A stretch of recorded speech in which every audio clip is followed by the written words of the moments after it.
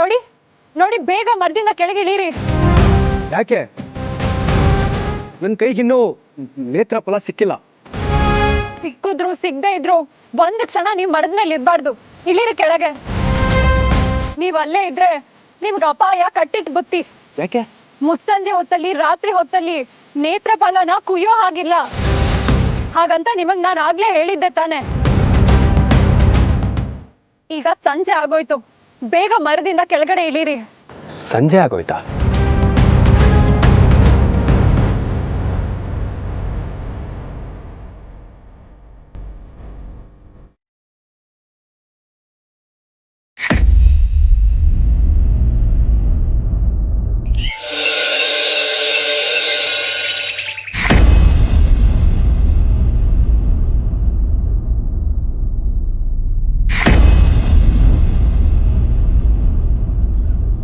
ಅತ್ತೆಮ್ಮ,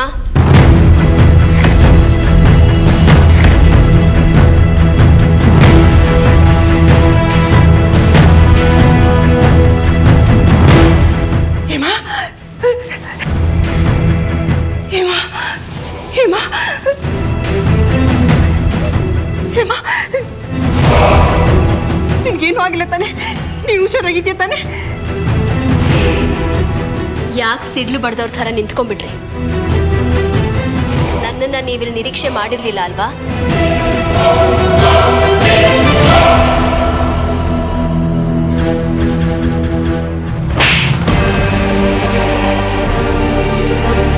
ಹೇಮಾ,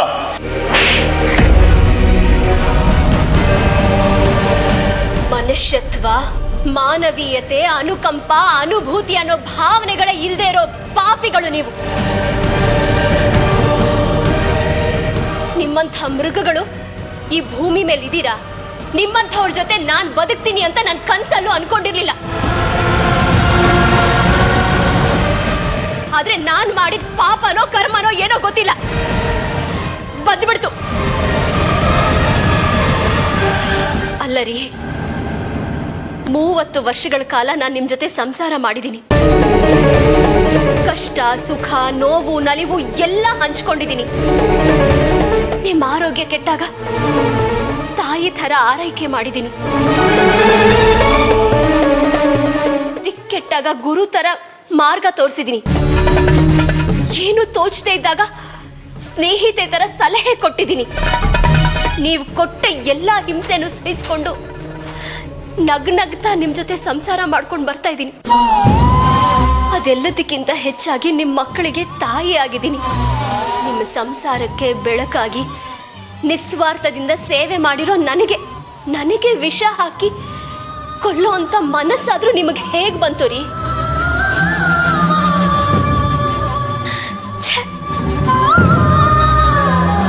ಅಲ್ವೋ ರುದ್ರ, ಅತ್ತಿಗೆಗೂ ತಾಯಿಗೂ ವ್ಯತ್ಯಾಸ ಇಲ್ಲ ಅಂತಾರೆ. ಅತ್ತೆಮ್ಮ ನಿನ್ನ ಹೆತ್ತ ತಾಯಿ ಅಲ್ಲ, ಅವ್ರ ಪ್ರೀತಿಲಿ ಕೊರೆ ಕಂಡೆ. ಆದ್ರೆ ನಾನು ನನ್ನ ಪ್ರೀತಿಲಿ ಏನಪ್ಪ ಕೊರೆ ಕಂಡೆ ನೀನು? ಈ ಮನೆಗೆ ಸೊಸೆಯಾಗಿ ಬಂದಾಗ ನೀನಿನ್ನು 7-8 ವರ್ಷದ ಹುಡುಗ ಕಣೋ. ಮೈ ಮೇಲೆ ಸರಿಯಾಗಿ ಬಟ್ಟೆ ಹಾಕೊಳ್ಳೋಕ್ಕೂ ಬರ್ತಾ ಇರ್ಲಿಲ್ಲ.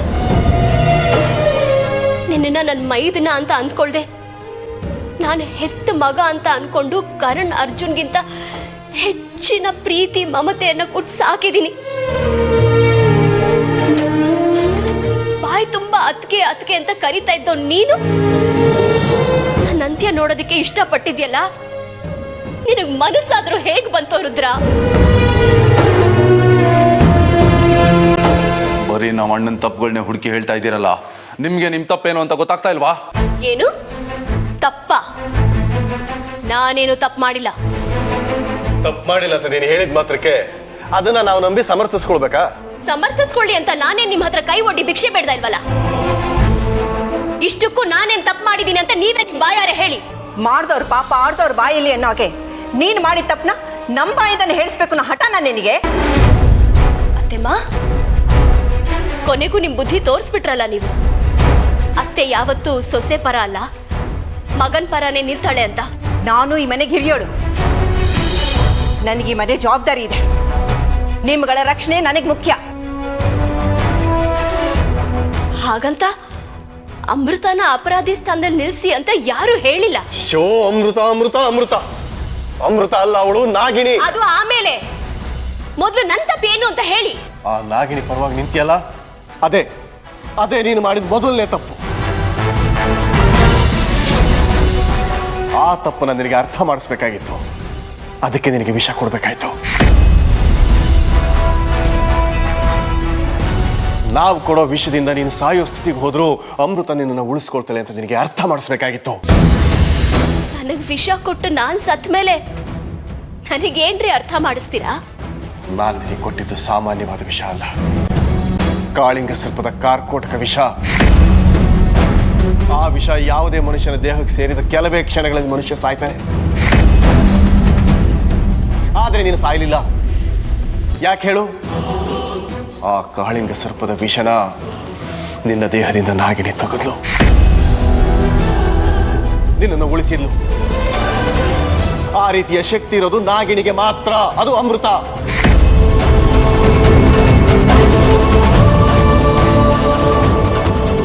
ಅಂದ್ರೆ ನೀವ್ ಹೇಳೋದು ಅಮೃತ ನಾಗಿಣಿ ಅಂತನಾ? ಅಂತನ ಅಲ್ಲ, 100ಕ್ಕೆ 100 ಅಮೃತನೇ ನಾಗಿಣಿ. ಈ ನಾಟಿ ವೈದ್ಯರು, ಆಯುರ್ವೇದ ಡಾಕ್ಟರ್ಗಳು ಸಹ ಹಾವಿನ ವಿಷಯನ ತೆಗಿತಾರೆ. ಅಂದ್ರೆ ಅವರು ನಾಗಗಳು ಅಂತಾನೆ ಅರ್ಥನಾ? ಶೋ, ಅವ್ರು ಯಾವ್ದಾದ್ರು ಗಿಡಮೂಲಿಕೆಯನ್ನು ಉಪಯೋಗಿಸಿ ವಿಷನ ತೆಗಿತಾರೆ. ಆದ್ರೆ ಇವಳು ಯಾವ ಗಿಡಮೂಲಿಕೆಯನ್ನು ಉಪಯೋಗಿಸ್ತೆ, ಔಷಧಿಯನ್ನು ಉಪಯೋಗಿಸ್ತೆ ನಿನ್ನ ಮೈಯಲ್ಲಿದ್ದ ವಿಷನ ತೆಗಿತಾಳೆ ಅಂತಂದ್ರೆ ಹೇಗೆ ಸಾಧ್ಯ? ಅದು ಅವಳ ಶಕ್ತಿಯಿಂದ. ಅವಳು ಸಾಮಾನ್ಯವಾದ ಹೆಣ್ಣಲ್ಲ, ನಾಗಿಣಿ ಅಂತ ಯಾಕೆ ಅರ್ಥ ಆಗ್ತಾ ಇಲ್ಲ ನಿನಗೆ? ಹೇಮಾ, ಅವಳಿಗೆ ನಮ್ಮ ಮೇಲಿರೋ ದ್ವೇಷಕ್ಕೆ ಅರ್ಜುನ್ನ ಪ್ರೀತಿಸಿ ಮದುವೆ ಮಾಡ್ಕೊಂಡು ಈ ಮನೆಗೆ ಸೇರಿದ್ದು. ನಿನ್ನ ಗಂಡನ್ನ ರುದ್ರನ್ನ ಬಲಿ ತಗೊಳ್ಳೋದಿಕ್ಕೆ ವಂಚಾಕಿ ಸಂಚು ರೂಪಿಸ್ತಾ ಇದ್ದಾಳೆ. ಇದೆಲ್ಲ ನಮ್ಗೆ ಅರ್ಥ ಆಗ್ತಾ ಇದೆ, ನಿನಗೆ ಯಾಕೆ ಅರ್ಥ ಆಗ್ತಿಲ್ಲ? ಅದೇನು ಮೋಡಿ ಮಾಡಿ ನಿನ್ನ ಮೇಲೆ ಮಂಕಿಚ್ಚಿದಾಳೋ ಗೊತ್ತಿಲ್ಲ ನನಗೆ. ಅತ್ತೆಮ್ಮ, ನೀವೇನೇ ಹೇಳಿದ್ರು ನಾನಂತೂ ನಂಬೋದಿಲ್ಲ. ನಾನೇ ನನ್ನ ಕಣ್ಣಾರೆ ನೋಡ್ಬೇಕು, ಆಗ್ಲೇ ನನಗೆ ನಂಬಿಕೆ ಬರೋದು. ಸರಿ, ಹಾಗಾದ್ರೆ ನೀನೇ ನಿನ್ ಕಣ್ಣಾರ ನೋಡಿವೆಂತೆ. ಇವತ್ತು ಹುಣ್ಣಿಮೆ, ಬೆಳದಿಂಗಳು ಬಂದ ಮೇಲೆ ಅವಳ ನೀನು ಹೊರಗಡೆ ಕರಿ. ಅವಳು ಬರ್ತಾಳ ನೋಡು. ಹುಣ್ಣಿಮೆಗೂ ನಾಗಿಣಿಗೂ ಏನ್ ಸಂಬಂಧ ಅತ್ತೆಮ್ಮ? ನಾಗಿನಿಯ ಬಂಡವಾಳನ ಬಯಲು ಮಾಡೋದೆ ಈ ಹುಣ್ಣಿಮೆ ಬೆಳದಿಂಗಳು. ಅಮೃತನೇ ನಾಗಿಣಿ ಅಂತ ನಿನಗೆ ಗೊತ್ತಾಗ್ಬೇಕು ತಾನೇ. ಇವತ್ತು ರಾತ್ರಿ ಅವಳನ್ನ ಹೊರಗಡೆ ಕರಿ, ಗೊತ್ತಾಗುತ್ತೆ ನಿನಗೆ.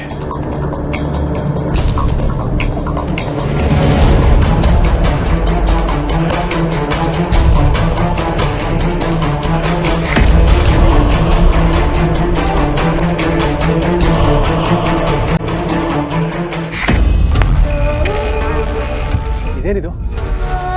ಇದಕ್ಕಿದ್ದಾಗೆ ಕತ್ಲಾಗ್ಬಿಟ್ಟಿದೆ. ಇದ್ದಕ್ಕಿದ್ದಾಗೆ ಕತ್ಲಾಗಿಲ್ಲ, ಕತ್ಲಾಗೋ ಸಮಯಕ್ಕೆ ಕತ್ಲಾಗಿದೆ. ಇಲ್ಲ, ಇದು ನಾನು ನಂಬೋದಿಲ್ಲ. ನಾನು ಮರ ಹತ್ತಕ್ಕೆ ಶುರು ಮಾಡಿದಾಗ ಗಂಟೆ ಇನ್ನೂ 10:30, ಈಗ 6:30. 6:30 ಹೇಗಾಗೋದಕ್ಕೆ ಸಾಧ್ಯ? ಇದು ನಿಮ್ಮ ನಗರ ಅಲ್ಲ, ಪುಷ್ಪ ಪರ್ವತದ ತಪ್ಪಲಿನಲ್ಲಿರೋ ಪುಷ್ಪಗಿರಿ ಅನ್ನೋ ಹಳ್ಳಿ. ಹಳ್ಳಿ ಆಗ್ಲಿ ದಿಲ್ಲಿ ಆಗ್ಲಿ, ಹುಟ್ಟೋ ಸೂರ್ಯ ಒಂದೇ ತಾನೆ, ಸರಿಯೋ ಸಮಯ ಒಂದೇ ತಾನೆ. ನೋಡಿ, ನೀವು ಮರ ಹತ್ತೋಕ್ ಶುರು ಮಾಡಿ ಸುಮಾರು ಗಂಟೆಗಳೇ ಆಗಿವೆ. ನಿಮ್ ಗಮನ ಎಲ್ಲ ನೇತ್ರ ಫಲದ ಮೇಲೆ ಇದ್ದಿದ್ರಿಂದ ನಿಮಗೆ ಸಮಯ ಸರ್ದಿರೋದು ಗೊತ್ತೇ ಆಗಿಲ್ಲ. ಹೇಗಿದ್ರು ನಿಮ್ ಕೈಯಲ್ಲಿ ಗಡಿಯಾರ ಇದೆ ಅಲ್ವಾ, ನೀವೇ ಸಮಯ ನೋಡ್ಕೊಳ್ಳಿ.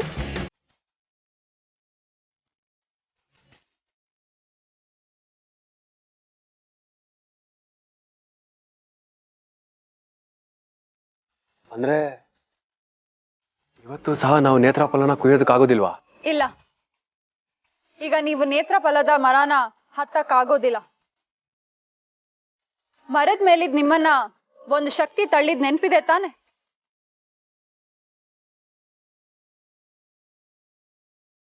ನೋಡಿ, ಇವತ್ ನೀವ್ ಏನೇ ಪ್ರಯತ್ನ ಪಟ್ರು ನೇತ್ರ ಫಲ ನಿಮ್ ಕೈಗೆ ಸಿಗೋದಿಲ್ಲ.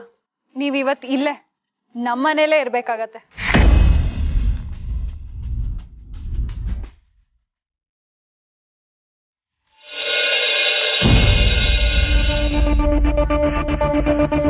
ಯುಗ ಯುಗ ಜಗ ಜಗ ಯುಗ ಯುಗ ಜಗ ಜಗ ಧರ್ಮ ರಕ್ಷಕ ಗಣೇಶ ಲಕ್ಷ್ಮಿ ನಿಜ ಭುಜ ಭರಣಿ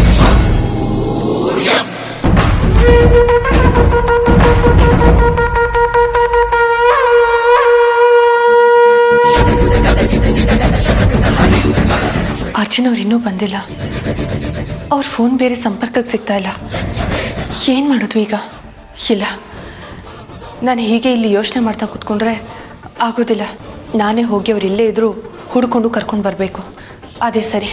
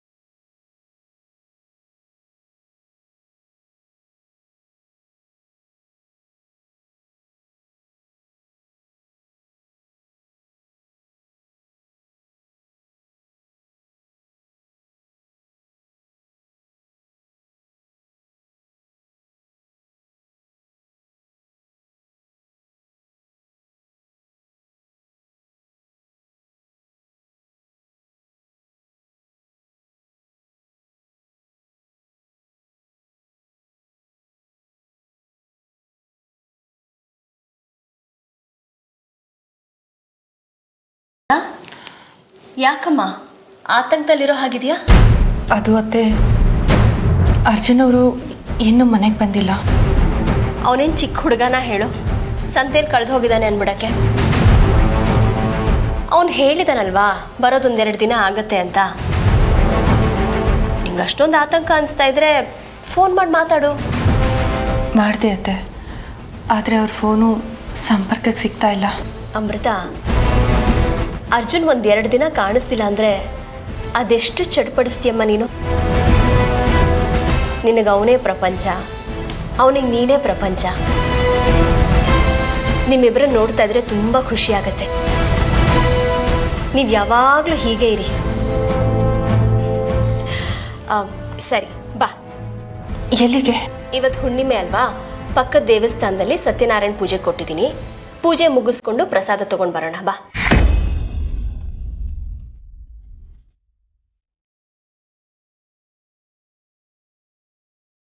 ಇಲ್ಲ ಅತ್ತೆ, ನಾನು ಬರೋ ಹಾಗಿಲ್ಲ. ಯಾಕೆ? ಅದು ಅಮೃತ ನಿನ್ನೆ ಕೇಳ್ತಾ ಇರೋದು. ಸರಿ, ಅರ್ಥ ಆಯ್ತು ಬಿಡು.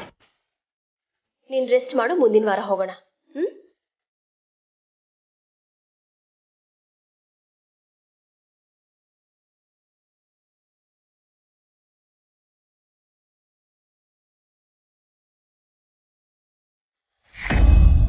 ಮತ್ತೆ ಅವಳು ಯಾಕೆ ದೇವಸ್ಥಾನಕ್ಕೆ ಬರೋದಿಲ್ಲ ಅಂತಂದ್ಲು?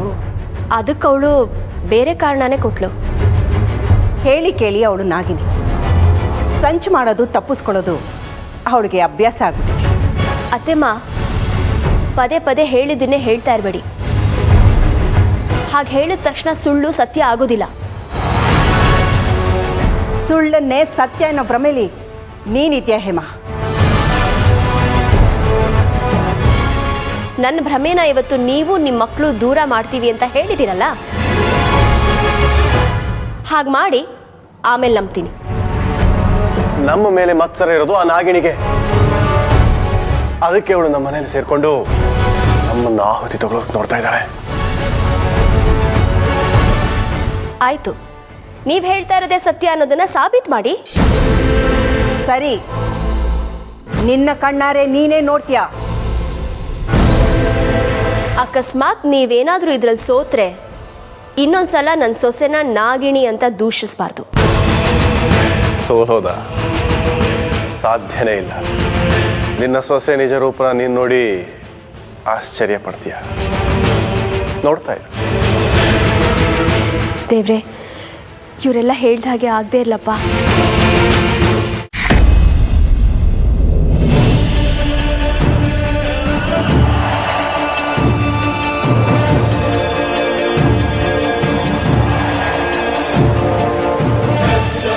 ಯಾಕೆ ಅರ್ಜುನ್ ಇದ್ದಕ್ಕಿದ್ದಾಗೆ ಸಪ್ಪಗಾಗೋದ್ರಿ?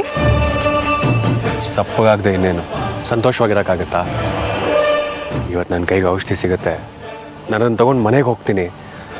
ಆ ಔಷಧಿಯಿಂದ ಅಮೃತ ಅವ್ರಿಗೆ ಕಣ್ಣು ಬರುತ್ತೆ, ನಾನು ಸಂತೋಷ ಪಡ್ತೀನಿ, ಅವರು ಸಂತೋಷ ಪಡ್ತಾರೆ ಅಂತ ಏನೇನೋ ಅಂದ್ಕೊಂಡಿದ್ದೆ. ಆದರೆ ಇಲ್ಲಿ ನೋಡಿದ್ರೆ ಹೀಗಾಗೋಯ್ತು.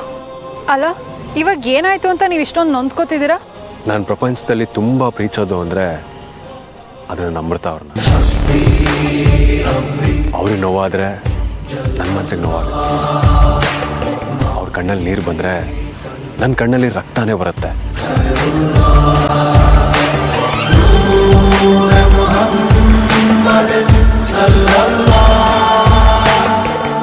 ಒಂದೇ ಒಂದು ಕ್ಷಣ ಅಮೃತ ಅವ್ರು ನನ್ನ ಕಣ್ಣ ಕಾಣಲಿಲ್ಲ ಅಂತಂದರೆ ನನ್ನ ಹೃದಯ ಮನಸ್ಸು ಚಡಪಡಿಸುತ್ತೆ ಕಣ್ರಿ. ಅಷ್ಟರ ಮಟ್ಟಿಗೆ ನನ್ನ ಮತ್ತು ಅಮೃತ ಅವರ ನಾಡಿ ಮಿಡಿತ ತಾಳೆ ಆಗೋಗಿದೆ ಮಣಿಯವರೇ. ಪ್ರಪಂಚದಲ್ಲಿ ಯಾವ ಗಂಡಸರು ಅವ್ರ ಹೆಂಡತಿನ ನಿಮ್ಮಷ್ಟು ಪ್ರೀತಿಸೋದಿಲ್ಲ ಅನ್ಸುತ್ತೆ. ಅದೇನೋ ಗೊತ್ತಿಲ್ಲ, ನಾನು ನನ್ನ ಅಮೃತ ಅವ್ರನ್ನ ನನ್ನ ಪ್ರಾಣಕ್ಕಿಂತ ಹೆಚ್ಚಾಗಿ ಪ್ರೀತಿಸ್ತೇನೆ.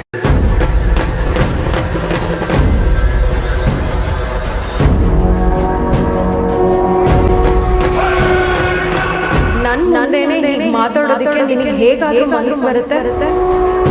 ನೀನ್ ಅವಳನ್ನ ಬರೀ ಪ್ರೀತಿಸ್ತಾ ಇಲ್ಲ, ಆರಾಧಿಸ್ತಿದ್ಯಾ.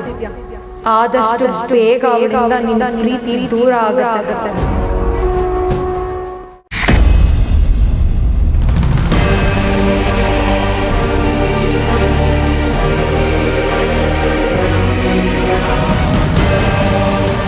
ಅಣ್ಣ,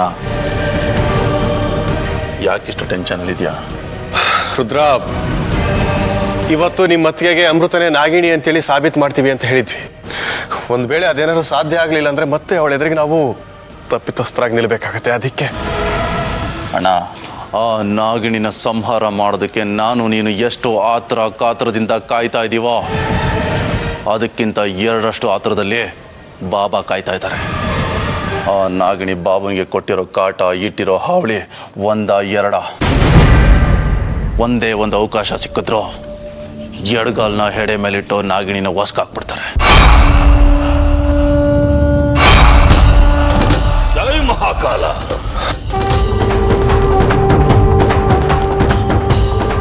ಬಾಬಾ, ನೀವು ಬರ್ತಿರೋ ಇಲ್ವೋ ಅಂತೇಳಿ ತುಂಬಾ ಆತಂಕದಲ್ಲಿದ್ದೆ ನಾನು. ಕೊಟ್ಟ ಮಾತನ್ನ ಇಟ್ಟ ಶಾಪನ ಈ ಬಾಬಾ ಯಾವತ್ತೂ ಮರೆಯೋದಿಲ್ಲ. ಅದು ಸರಿ, ಯಾಕೆ ಇಷ್ಟೊಂದು ಆತಂಕದಲ್ಲಿದ್ದೀರಾ? ಬಾಬಾ, ಅಮೃತ ನಾಗಿಣಿ ಆಗಿರೋದನ್ನ ನಾನು ನನ್ನ ಕಣ್ಣಾರೆ ನೋಡಿದ್ದೀನಿ, ನಾನು ನಂಬಿದ್ದೀನಿ. ಆದರೆ ಆ ಬಗ್ಗೆ ನಂಬಿಕೆ ಹೇಮನಿಗೆ ಬರ್ತಾ ಇಲ್ಲ. ಇದೇನು ಹೊಸ ಸಮಸ್ಯೆ ಅಲ್ವಲ್ಲ. ಇವತ್ತು 100ಕ್ಕೆ 100 ಅವಳು ನಾಗಿಣಿ ಅನ್ನೋದನ್ನ ಸಾಬೀತು ಮಾಡೇ ಮಾಡ್ತೀನಿ. ಅದನ್ನು ಹೇಮನು ನೋಡ್ತಾಳೆ.